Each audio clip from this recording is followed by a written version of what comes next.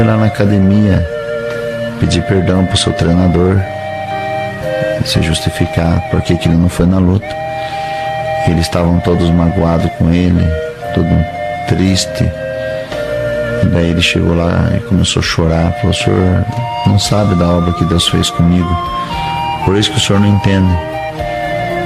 E então aquele homem irado falou: suma da minha frente, porque você fez nós gastar muito com você, investimos muito em você, perdi meu tempo com você te treinando, e agora você vem aqui chorando, virou mulherzinha para chorar.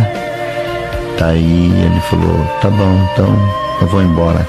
É isso mesmo, suma daqui, antes que eu junte todos esses rapazes aqui e nós lhe damos uma surra para você aprender. Você fez não é passar vergonha. A outra academia ficou esperando lá e você não apareceu.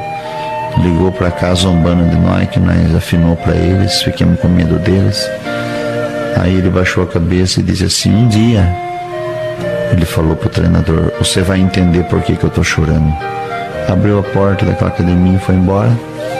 E ali, aquele moço foi levantado para auxiliar de jovem, mas ele entrou numa prova espiritual muito grande. E os irmãos sabem que a prova espiritual, para quem já passou, é uma situação muito difícil. A gente já não sente a presença de Deus mais. O inimigo começa a falar que Deus não vai cumprir a palavra. Se tem alguém olhando de longe, o inimigo já fala que aquela pessoa está falando mal da gente. E é um tipo de uma depressão. E ali aquele moço, que era para ser famoso, lutador de boxe, foi trabalhar de ajudante de construção civil. Em Sorocaba, entre Sorocaba e a cidade de Itu, tem um hospital da lepra, chamado Hospital Piratingui. E ele trabalhando ali, e o encarregado daquela obra não gostava de crente. Quando sabia que a pessoa era crente, mandava embora. Ele não gostava de crente. E ele, na inocência, foi brincar com o encarregado. Falou: o senhor não gosta de crente? Não. Mas desse crente aqui o senhor vai gostar. Ah, é? Eu vou gostar? Tá vendo aquela caçamba lá? E aquele entulho? Tô vendo. Pegue um carrinho de mão e uma pá, uma enxada, e enche aquele carrinho até 4 horas. Já era já tinha passado o horário do almoço. E ele não ia encher a caçamba sozinho até 4 horas aqui na sexta-feira. Trabalha até as 4 na construção civil. E ele muito triste, naquela prova, não sentia a presença de Deus. O inimigo falava na cabeça dele que o cooperador jovem não tinha comunhão com ele, não gostava dele. E todas essas coisas sucedeu. E o certo é que ele foi pegar o carrinho e enxada. Quando ele chegou naquele monte de entulho, ele abaixou perto do carrinho, começou a chorar. Ele apalpava seus músculos do braço com as mãos e percebia que seus músculos já estavam murchando, já tinham perdido aquela resistência, porque ele já não treinava mais. E ele começou a chorar e falou: eu acho que eu não vou mais ser crente não, Deus me abandonou, eu vou voltar para trás, vou lá pedir perdão para aquele meu treinador, vou tentar mais uma vez, se ele me dá uma chance, aí eu vou lutar. Deus não está na minha vida, porque olha a prova que eu passo. E o certo é que ele, pensando assim, passou uma enfermeira empurrando uma maca e um corpo em cima, e tinha uma rampa para subir, para entrar naquele lugar que eles levavam os corpos. E a moça não dava conta de puxar aquela maca com aquelas rodinhas no chão. Daí ela disse: moço, estava perto dele, você não me dá uma ajuda aqui? Aí ele: ajuda, pulou aquela mureta, começou a ajudar a empurrar. Mas era só subir a rampa, e Deus permitiu que ele não soltasse em nenhum momento da maca. Quando ele foi entrando naquelas portas, ele viu escrito em cima: sucata. Ali era levado os corpos dos leprosos, que já estavam nas últimas para morrer. Então ele foi entrando.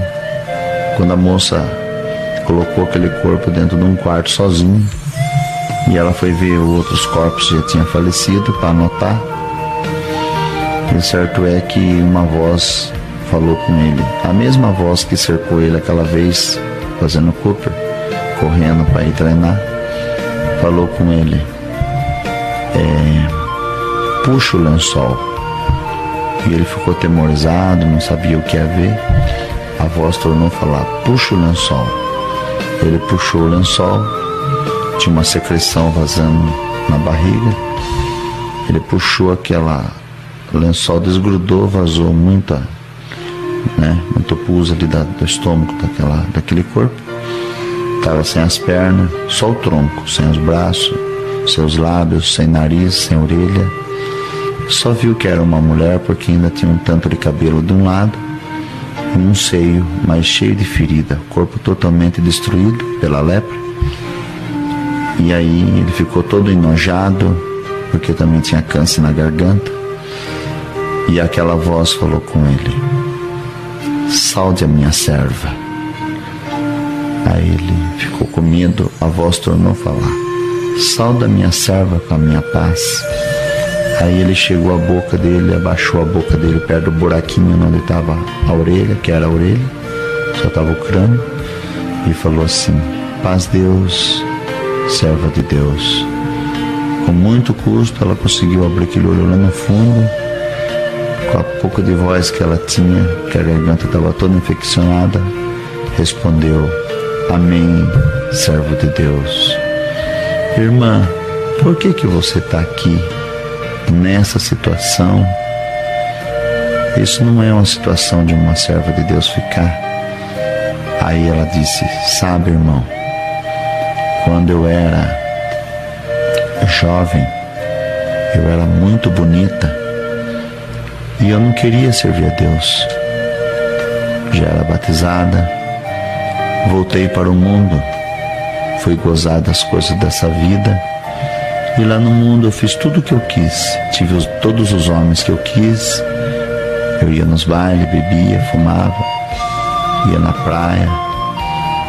Aí um dia eu fiquei velha e o mundo não me quis mais, os homens não me quiseram mais, perdi minha beleza, uma tristeza de alma me tomou e eu então lembrei da congregação e voltei lá para perguntar para Deus se ainda me restava alguma chance de misericórdia. E sentei lá no último banco, não pus nem um véu na cabeça. E Deus tomou a boca do servo de Deus, não me conhecia, e falou assim, irmã, há muitos anos atrás, quando você era jovem, que eu precisava de você na minha obra, que eu precisava de você para tocar um órgão para mim na terra, para me louvar, para cantar. Eu precisava das suas pernas para você fazer missão e fazer visita. Eu precisava do seu nariz para sentir o bom cheiro de Cristo. Eu precisava das suas orelhas, dos seus ouvidos para ouvir minha palavra. E você me abandonou, você me trocou pelas coisas do mundo. Mas eu sabia que você um dia ia vir aqui. Eu sabia que um dia você ia voltar. E para você saber que eu te amo, a sua coroa está na minha mão. Não dei ela para ninguém, porque eu sabia que você ia voltar. E para você saber que eu sou um Deus de misericórdia e que eu ainda te amo, eu te digo, a tua coroa está na minha mão, mas só vou te dar ela para você com uma condição. A tua carne vai pagar tudo que ela gozou e para mim salvar a tua alma. Saia daqui hoje com a lepra e com o câncer, porque a tua carne tem que pagar pelo que ela fez contra a sua alma. Em vez de um ai ou de uma murmuração, você dá um glória. E se você der um glória, a coroa está aqui na minha mão. Então é por isso, irmão, que eu estou aqui. Eu estou aqui por causa da coroa da vida eterna. Aí então ela disse, irmão, eu estou cansada, eu quero descansar agora. Eu cobri a serva de Deus de volta, E voltei a carregar entulho. E quando eu estava carregando entulho, um carrinho, 2 carrinhos, aquela enfermeira passou e falou: moço, sabe aquela mulher que você estava conversando com ela? Sei, acabou de falecer. Deus falou com ele. Eu só deixei ela viva até hoje para te dar esse recado. Não volte para o mundo. Não tente me deixar, porque ela tinha perna e hoje não tem mais. Tinha mãos e braços para abraçar as bençãos e não tem mais. Tinha boca para dar glória, não quis dar glória. Tirei a boca dela, não tem boca mais. Ela tinha nariz para sentir bom cheiro, não tem mais. Tem ouvido para ouvir minha palavra, não quis ouvir, tirei dela. Não force eu fazer com você o mesmo que eu fiz com ela, porque as suas carnes para mim não têm valor, a não ser as vossas almas. Então, aquele moço foi liberto daquela prova espiritual, deixou aqueles desejos carnais para trás, aquela prova espiritual deixou ele e está firme servindo a Deus na terra. Deus dá de contar essa obra, é uma obra muito pesada, difícil, mas quem ouvir ela saiba que a carne nossa para Deus não tem valor nenhum, mas a alma, ela almeja um dia ver a face de Deus. E um dia, depois de um tempo que esse irmão já servia a Deus, ele estava congregado na sua comum e alguém puxou o paletó dele pelas costas. Ele olhou para trás e ele olhou aquele homem de terno sorrindo e chorando, e ele não conheceu. E ele falou: você não está me conhecendo? Ele falou: não, meu irmão, não te conheço, eu sou o seu ex-treinador. Lembra que você falou que um dia eu ia entender por que você chorava? Deus também me chamou nessa graça, não sou mais treinador. Glória, agradeço a Deus por essa força, por essa obra que Ele me dá de contar, e Deus seja louvado.